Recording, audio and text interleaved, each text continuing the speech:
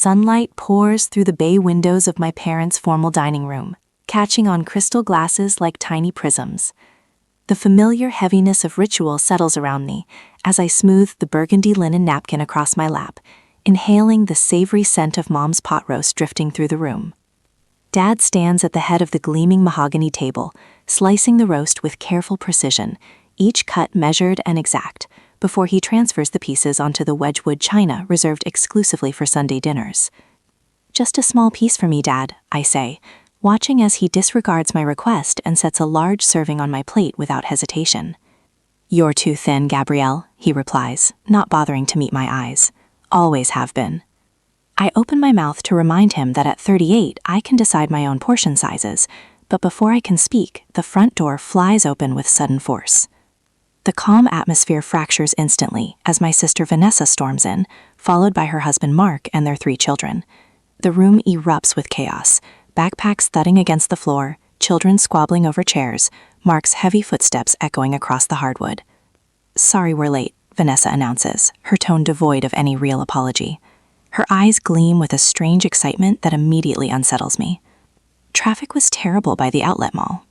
"You went shopping before Sunday dinner?" I ask, but my words are swallowed by Mom's enthusiastic welcome of her grandchildren. Dad meets Vanessa's gaze and gives a slight nod, a silent exchange that tightens something deep in my chest. I know that look too well, the conspiratorial glance they've shared since childhood, usually just before I discovered I'd been excluded from some family decision. "Well, we're all here now," Mom says brightly, patting the table. "Charles, finish serving so we can eat while it's hot."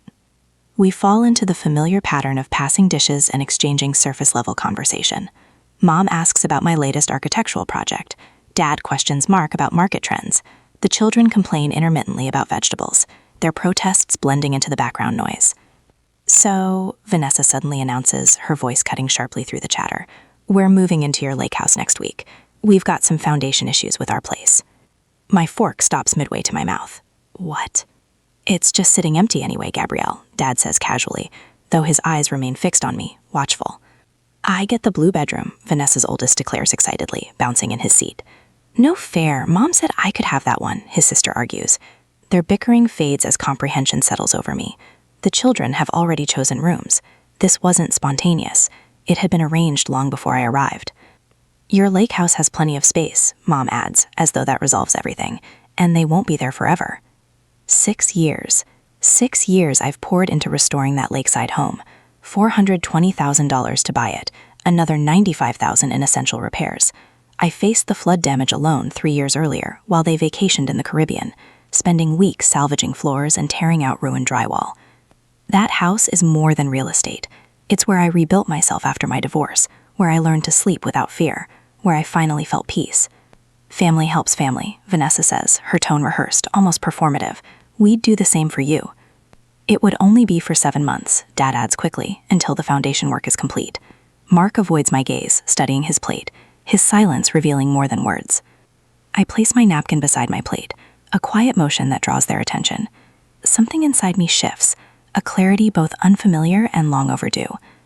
"Gabrielle, you've always been so particular about your things," Mom says dismissively, brushing aside my unspoken protest. "This is what families do, Gabrielle," Dad continues, his voice slipping into that condescending tone he reserves for perceived stubbornness. "We support one another." Vanessa's lips curve into a satisfied smile, widening as she studies my reaction, anticipating another victory in our lifelong dynamic. She takes, I yield, our parents enable. But not this time. I reach for my handbag hanging from the chair, remove a crisp manila folder, and set it carefully on the table. "The contractors begin Monday next week," I say, opening the folder to display renovation contracts and city permits, each bearing thy signature and dates from 3 months earlier. It's a complete 9-month renovation, everything down to the studs. A heavy silence descends. Dad's knife hovers midair above the roast. Mom's water glass pauses halfway to her mouth. Vanessa's smile disappears entirely. I take a slow sip of water, surprised by the steadiness of my hand, as the crystal scatters fragments of light across the tablecloth, sharp prisms that seem invisible to everyone else. The silence thickens as understanding spreads across their faces. The folder rests between us like a weapon. Dad's knife remains suspended, Mom's hand frozen, Vanessa's confidence shattered. "You can't be serious," Vanessa finally says, her voice rising sharply. "We've already given notice at our apartment. Where are we supposed to go?" I take another measured sip, allowing memories of Vanessa's long history of entitlement to surface. The weekend she borrowed my car and kept it for 2 months, returning it with a cracked windshield she insisted was already there. The small loan that somehow expanded from $3,000 to $18,000, still unpaid. The spare key to my apartment she duplicated without permission, discovered when I found her using my shower unannounced. "You'll need to find another arrangement," I reply, my voice calmer than I expected. "The contractors start Monday." "Gabrielle," Dad says, setting down his carving knife, his professional negotiator voice sliding into place, the tone he uses with difficult clients. "Be reasonable. Your sister has 3 children. And foundation problems," Mom urgently. "You can't expect them to remain in an unsafe house." "I don't," I answer evenly. "I expect them to solve their own housing issue without taking mine." Vanessa narrows her eyes, exchanging a knowing look with Dad. I recognize that silent coordination instantly, the same alliance that once redirected my college savings toward Vanessa's wedding. Their pressure tactics are so predictable I could recite them. "But we've already started packing," Vanessa insists, her tone shifting seamlessly from demand to desperation. "The moving truck is scheduled for Monday morning." "This will break your father's heart," Mom whispers, clutching Dad's hand in dramatic solidarity. My phone vibrates in my lap. A message from Miguel, my contractor. "All materials delivered, ready for Monday morning, 7 a.m. sharp." Another notification follows. "Smart lock system active." A quiet warmth spreads through me. Not anger or anxiety, but certainty. While they plotted their ambush, I prepared. The security system was installed last week. Permits approved. Every detail secured. "What about storing our furniture?" Mark asks quietly, speaking for the first time, still staring at his plate. "We could at least use the garage temporarily." "The garage is being converted into a home gym," I say. "Everything is being demolished." "You'll regret choosing renovations over family," Vanessa snaps, tears forming instantly. I've witnessed this performance countless times, the tears that appear and vanish whenever she's denied. Dad leans forward, lowering his voice. "Gabrielle, this could affect future decisions. The familiar threat regarding inheritance arrives precisely on schedule." "What about the children?" Mom demands, her distress carefully performed. "They'll be homeless." I fold my napkin methodically, each crease deliberate. Their expectations, their lifelong demands disguised as obligation, press against me. But they no longer weigh me down. "Poor planning on your part doesn't constitute an emergency on mine," I say, meeting Dad's eyes. Recognition flashes across his face as he hears his own business maxim return to him. I rise, collecting my purse and the manila folder. "I've honored my contractual commitments. You should respect my boundaries." "Sit down, Gabrielle," Dad commands, his voice hardening. "We're not finished discussing this." "I am." Vanessa's eldest son looks up, confused. "But I already told my friends about my new Lakehouse bedroom." "It's not your bedroom," I tell him gently, "and it's not your Lakehouse." I walk toward the door, footsteps echoing across the polished floor, as protests rise behind me in a chaotic chorus. I don't turn back. The front door closes with a soft click that feels more final than any slam. Outside, the crisp autumn air fills my lungs. I walk to my car, ignoring the curtain shifting as Mom watches me leave. My phone lights up with Dad's number before I even reverse from the driveway. 12 missed calls by the time I reach the highway. Only when miles separate us does my body react, hands trembling against the steering wheel, breath shallow. Yet beneath the physical response, my resolve remains unshaken. I pull into a rest stop and call Miguel. "Make sure the security system is fully operational by tomorrow morning," I tell him, "and move the dumpsters directly in front of the garage doors. I'm concerned about unauthorized access." "Already planned," he replies warmly. "After what happened with the flood repairs, I figured your family might try something." I tighten my grip on the phone. He remembers. Someone remembers how I handled that crisis alone while my family vacationed abroad. "The locks are changed," Miguel continues. "Cameras at every entry point." The trembling in my hands fades. I am not alone. "Thank you," I say. "I'll see you Monday morning." As the call ends, a text from Vanessa appears. "Dad's furious. Fix this now." I silence the phone and place it beside me. The sky deepens to indigo as I return to the road, heading home. Not to the Lakehouse. That place is transforming into something entirely my own. But to the apartment where I have finally learned to sleep without checking the locks repeatedly. Tomorrow they will escalate. I know this with certainty. But for the first time, I am ready. Monday morning of the following week arrives with the rumble of an unfamiliar engine. I pause at my kitchen window, coffee mug suspended halfway to my lips, watching a moving truck crawl up the narrow gravel drive of my lakeside property. The burgundy logo on its side mirrors the shade of Vanessa's lipstick from that disastrous Sunday dinner.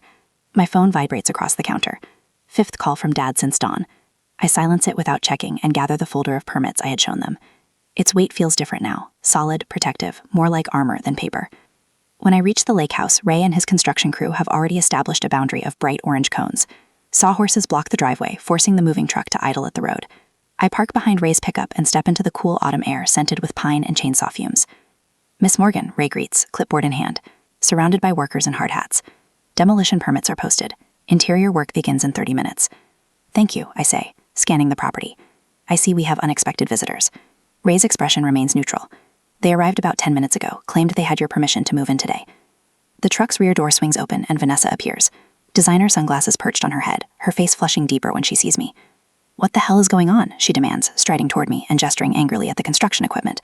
"These men won't let our movers through." I meet her halfway across the yard, keeping enough distance that her voice must carry. The security guard I hired stands attentively near Ray, his presence a calm reassurance. "As I explained to you on Sunday last week, the renovation begins today." I hold up the permits. "The property isn't habitable during construction." "You can't be serious," Vanessa's voice races, drawing stares from the workers. "We've already given notice at our place. Where are we supposed to go?" I withdraw an envelope from my bag. "This might help. It's a 6-month contract for a storage unit, already paid in full." "Fine." She stares at the envelope but doesn't take it. "Storage? We need somewhere to live, not somewhere to store our stuff." "Your housing isn't my responsibility, Vanessa." The words come easier than I expected. "Your foundation issues didn't materialize overnight. You've had time to make arrangements." Her eyes narrow, searching my face for weakness. Finding none, she turns toward the house. "I still have a key. We'll work around your little project." "That won't work." I follow at a measured pace as she strides toward the front door. Vanessa jams her key into the lock. Nothing happens. She tries again, twisting harder. "Welcome to Secure Home Systems," announces a robotic voice from the speaker beside the door. "Unauthorized entry attempt detected at main entrance, alerting property owner and security service." My phone chimes with the alert notification. Vanessa whirls to face me. "You changed the locks?" "Last week." I nod toward the security cameras mounted discreetly at the roofline. "The police have been notified about potential trespassing. Standard security protocol." Something breaks in her expression, the polished veneer cracking to reveal raw entitlement beneath. "You can't do this to us. We're family." "Family respects boundaries," I say, surprised by the steadiness in my voice. My phone rings. The security company, right on schedule. I answer briefly, confirming the alert was triggered by my sister, not an actual intruder. When I hang up, Vanessa has retreated to the moving truck. Through the windshield, I can see her gesturing wildly to Mark, who sits slumped in the passenger seat. Ray approaches, hard hat in hand. "We're ready to begin when you are, Miss Morgan." "Let's proceed." I sign his clipboard. "The interior timeline is tight. I'd like the master bedroom suite demolished by Thursday." "We'll make it happen," he hesitates. "Your sister seems determined. Should we expect interference?" Before I can answer, the moving truck engine roars to life. Instead of turning around, it lurches forward, bypassing the sawhorses by veering onto the lawn. It stops 20 feet from us, tires crushing ornamental grasses I'd planted last spring. The movers jump out, lowering the ramp at Ray's command, and begin unloading furniture. Vanessa emerges from the truck's cab, triumphant smile fixed on her face. "Since you won't be reasonable," she calls, "we'll just have to store things here temporarily. The yard will work fine until you come to your senses." The first piece, an ornate mahogany dresser that once belonged to our grandmother, thuds onto my lawn. Mark follows behind the movers, looking miserable but compliant. I don't move. Instead, I reach for my phone and dial a number saved yesterday. "Lakeside Auction House?" "Yes, this is Gabrielle Morgan." I maintain eye contact with Vanessa as I speak. "Yes, please proceed with pickup as discussed. Donate all proceeds to the foster youth program." Vanessa freezes, confusion replacing triumph. "They'll be here within the hour," I confirm, ending the call. "What auction house?" Vanessa demands. "The one I contacted yesterday, after dinner." I gesture toward the furniture accumulating on my lawn. I anticipated this move. Ray clears his throat. "Miss Morgan, we need to begin demolition. Should we work around the furniture situation?" "No need." I hand him the final authorization forms. Everything on the property not secured inside storage sheds is being removed today. The rest of the day unfolds according to plan. Construction begins while furniture piles grow on my lawn.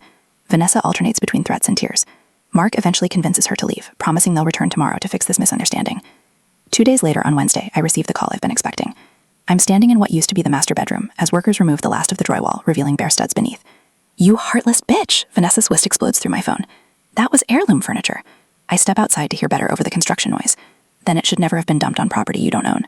Her scream resonates through the phone, but something has changed inside me. The calm I feel isn't forced, it's become my natural state. The boundary I've established feels right, necessary. I've kept all the documentation, I tell her when her tirade subsides. Photos of furniture abandoned on private property. Security footage of attempted unauthorized entry. The police report about trespassing warnings. The silence on her end speaks volumes. I've instructed the property management company about authorized visitors. I continue. "You're welcome to schedule an appointment to see the renovation progress, with advance notice. Mom and Dad are coming to talk sense into you," she finally says, voice brittle with fury. I check my watch, then glance at the construction foreman, who gives me a thumbs up. Perfect timing. Let them see exactly what they can't take from me.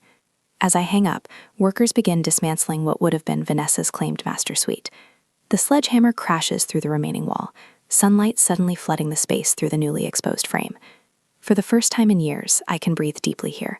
The air smells of sawdust and possibility instead of obligation. The security system chimes, alerting me to vehicles approaching the property. I step onto the porch, building plans in hand, watching my parents' car roll to a stop beside the construction equipment. The demolition of the master bedroom walls concludes with perfect dramatic timing. I stand, framed in sunlight, streaming through bare wooden beams, ready to greet them on my terms. I straighten my hard hat and adjust the protective goggles, a smile playing at the corners of my mouth. "Ms. Morgan, where do you want the drywall stacked?" calls Rico, the site foreman. "Along the east wall," I answer, pointing toward what used to be my grandmother's antique sideboard. "Make sure it's covered if it looks like rain." Dad and Mom emerge from the car like cautious explorers, stepping onto alien terrain. Dad's face hardens as he takes in the construction equipment scattered across what was once a manicured lawn. Mom's hand flies to her mouth as her eyes scan the property. "What have you done?" Dad's voice carries across the yard, competitive with the circular saw screaming through lumber nearby. I walk toward them with measured steps, work boots crunching on gravel. "I told you, 9-month renovation, everything down to the studs." They follow me through the front door, and their footsteps falter at the threshold of what once was the living room. Exposed beams, gutted fireplace, subfloor revealed where polished hardwood once gleamed. "This is insanity," Mom whispers, her voice barely audible over the contractor's radio playing classic rock. "You've destroyed it." "I'm rebuilding it," I correct her. "My vision, my timeline." Dad surveys the gutted space, his businessman's eyes calculating. "Gabrielle, this is excessive. Stop this now and we can still make arrangements for Vanessa's family." I laugh, the sound bouncing off exposed studs. "That's not happening." His face darkens with a familiar storm. "You've never understood family obligation. I can cut you out of the will entirely." The threat hangs in the air. 6 months ago, it would have wounded me, sent me scrambling to appease him. Now I just nod. "You already did," I say calmly, when I refused to co-sign Mark's failed real estate deal last year. Mom gasps. Dad's face drains of color. "Vanessa mentioned it during one of her attempts to get money for their down payment," I explain, picking up a set of blueprints from a makeshift table. "Said you'd already rewritten the will to protect family assets." Her words, not mine. Mom's eyes fill with tears, the manipulative kind that once would have unraveled my resolve. "Gabrielle, please, think of the children." "I am," I reply, turning toward Rico. "How's the children's reading note coming along?" "The built-ins are framed," he answers, nodding toward the far corner. "Should look just like your designs." I watch my mother's confusion bloom on her face. "For the foster youth program," I explain, "the same one that received the $12,000 from the furniture auction." Dad's eyes narrow. "Vanessa said you sold family heirlooms. Furniture left on property that wasn't hers," I correct him. "The auction house documented everything. Very public process." Mom clutches Dad's arm. "Charles, she's made us look terrible. People are talking." I pull out my phone, opening social media to show them Vanessa's deleted posts about her homeless family and the subsequent community response praising my donation. "Public shaming doesn't work when people know the truth," I say, returning the phone to my pocket. Dad straightens his shoulders, shifting to negotiation mode. "Let's discuss options then. Perhaps we can reach a compromise." I note the change from demands to discussion, progress, however small. "The renovation continues as planned," I reply, gesturing toward a worker carefully removing old family photos from a wall scheduled for demolition tomorrow. "But I'm willing to help Vanessa find alternative housing within her budget." Mom's tone shifts from entitled to cautiously respectful. "That would be appreciated." My phone buzzes with notifications. Security company confirming no further unauthorized attempts since last week. Auction house sending official donation receipt for tax purposes. My contractor sharing progress photos of the back deck's transformation. As we stand amid the skeleton of my home, I notice Dad studying the blueprints with reluctant admiration. He recognizes good planning when he sees it. "Have you ever had to reinvent a space to reclaim it?" I ask them both. "Sometimes you need to strip everything back to build something authentic." Before they can answer, my phone rings. Mark's name appears on the screen. "Excuse me," I say, stepping away. "I need to take this." I hear Mark's voice, quieter than usual. "Gabrielle, I wanted to apologize for my role in all this. I should have spoken up." Outside the window, I see my parents walking back to their car, their posture less rigid than when they arrived. "Sometimes the hardest foundations to pour are the ones that support our boundaries," I tell him, "but they're the most important." Behind me, workers continue transforming my sanctuary. One nail, one beam, one boundary at a time. The formal dining room glows amber in evening light, casting long shadows across my parents' Persian rug. The table setting feels like déjà vu. Same burgundy napkins, same crystal glasses catching light in prismatic bursts, same tension hanging in the air like a storm front. 3 months into my Lakehouse renovation, I accepted this dinner invitation, knowing exactly what awaited me. Your mother made her special pot roast, Dad says, carving the meat with practiced precision. His voice carries the forced casualness of a man about to negotiate a difficult business deal, just like you always liked. It smells wonderful, Mom. I smooth my napkin across my lap, noting the extra place settings. Are we expecting company? Mom and Dad exchange a glance that I recognize all too well, the silent communication that preceded countless childhood disappointments. We thought it would be nice to have a family dinner. Mom places a generous serving on my plate. It's been difficult with everyone, scattered. The doorbell chimes. Dad's shoulders relax slightly. Reinforcements have arrived. I'll get it, Mom says, patting Dad's arm as she passes. The moment she leaves, Dad leans forward. Gabrielle, I've been talking with the Hendersons. You remember John, my golf partner? He thinks what you're doing is rather harsh. I take a slow sip of water. I wasn't aware the Hendersons were stakeholders in my property. Community matters, Gabrielle. People talk. Yes, they certainly do. I set my glass down carefully. They talked when I handled the flood damage alone 3 years ago. Not a single offer of help then. Guess. Dad's reply is interrupted by voices from the foyer. Mom returns with Pastor Williams, our family's longtime spiritual advisor, and not coincidentally, someone whose opinion I've always respected. Gabrielle, so wonderful to see you. Pastor Williams takes the seat beside mine. Your mother tells me you've been quite busy with renovations. Transformative ones, I confirm, recognizing the setup. My parents have always excelled at creating the appearance of impartial juries. Mom serves Pastor Williams before resuming her own seat. We were just discussing family harmony, weren't we, Charles? Dad nods, cutting his meat with surgical precision, and how certain decisions might still be adjusted for the greater good. The children miss their aunt, Mom adds, her voice dropping to that particular register she reserves for emotional leverage. Family needs to stick together, especially in hard times. I notice my fingers have tightened around my fork. The old pattern unfolding exactly as expected. The united front, the implied moral failing, the quiet suggestion that I am the problem that needs fixing. Speaking of family, Dad continues, the Fosters had to help their daughter's family last year open their home for 8 months during their renovation disaster. Barbara says it brought them closer. The pressure builds in careful increments. Each example, each implied comparison, the subtle reminder of what good families do. I reach for my handbag, retrieving my tablet. I'd like to show you something, I say, voice steady as I unlock the screen, since we're discussing renovations. The first photo appears, my lake house, with scaffolding embracing its exterior like a protective cage. I swipe to show the interior, gutted to the studs, workers visible in hard hats and protective gear. This was day 1, I explain, continuing to swipe through the chronological renovation journey, and this was last week. Pastor Williams leans forward, genuinely interested. My goodness, what a transformation. The latest photos reveal spaces unrecognizable from their former state.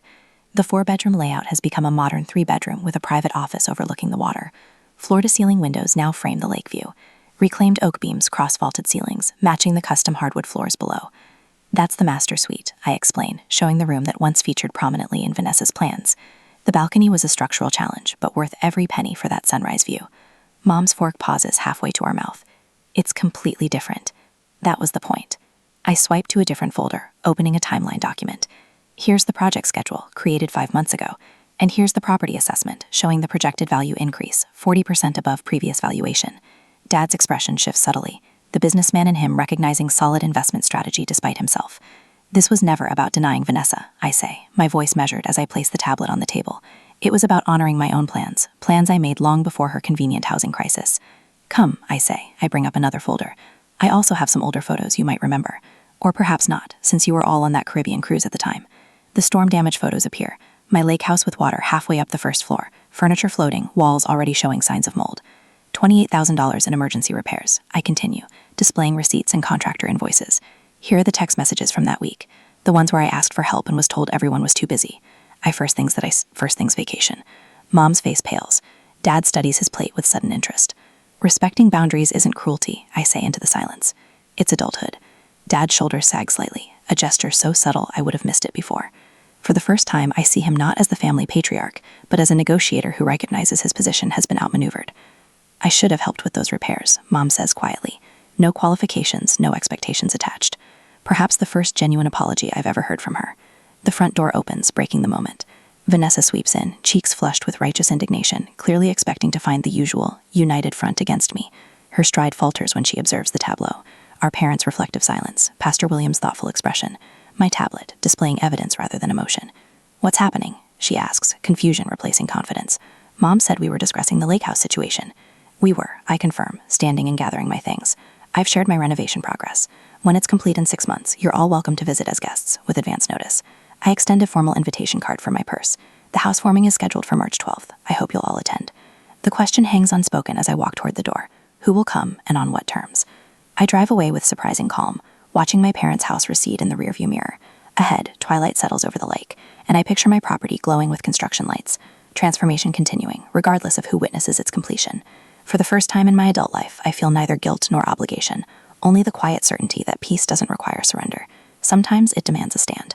Sunlight dances across the lake, casting diamond reflections on my bedroom ceiling.